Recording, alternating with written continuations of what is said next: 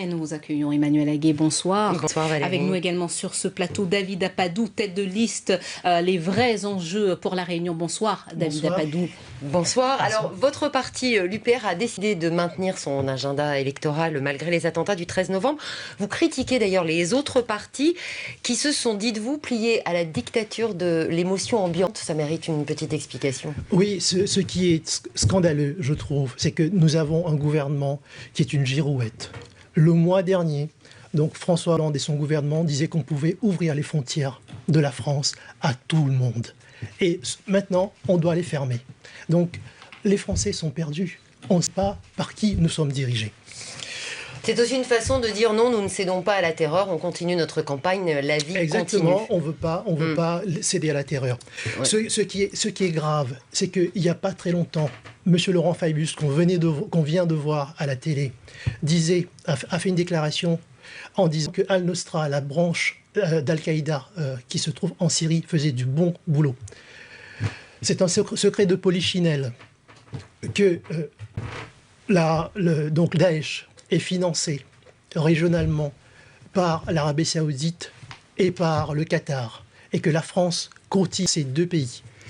Donc, nous disons que l'état d'urgence là, qui a été décrété par ce gouvernement, on ne comprend pas trop où ça veut en venir. Ça, ils ont empêché donc l'UPR, par exemple, en métropole, de passer à la télé.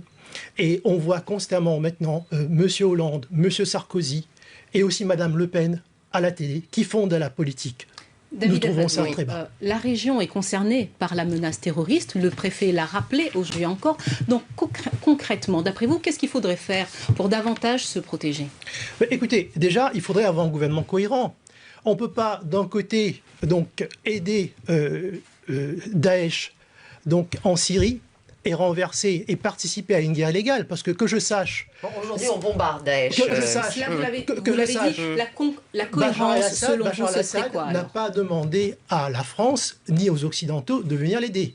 Il a demandé à la Russie de venir l'aider, et la Russie a agi dans le droit international. La France ne l'a pas fait. Et ça, je pense que les Français vont juger ça. Et c'est très important, cette nuance.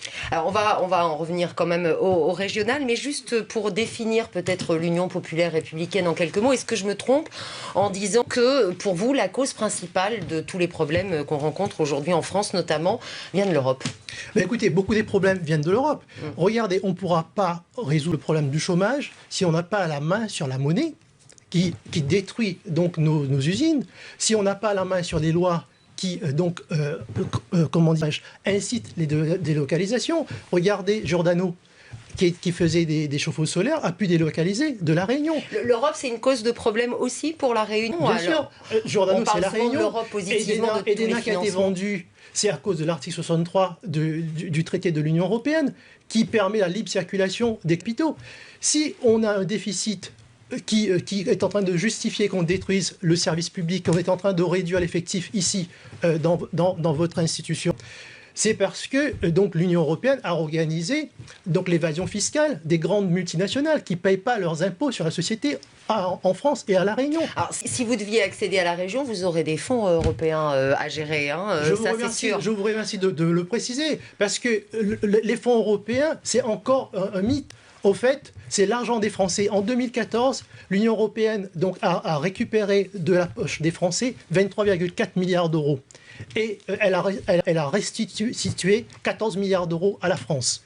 Et donc, elle a gardé pour elle 9,4 milliards d'euros l'année dernière, rien que l'année dernière. Vous vous rendez compte l'argent qu'on aurait pu avoir pour développer donc, les logements sociaux, pour faire plein de choses ici à La Réunion, pour aider les agriculteurs. Regardez, la canne à sucre, c'est l'Union européenne qui a décidé de mettre 20 000 personnes, donc emploi direct. Ça va concerner 80 000 familles, 80 000 personnes en 2017. Ça va être un désastre économique pour La Réunion.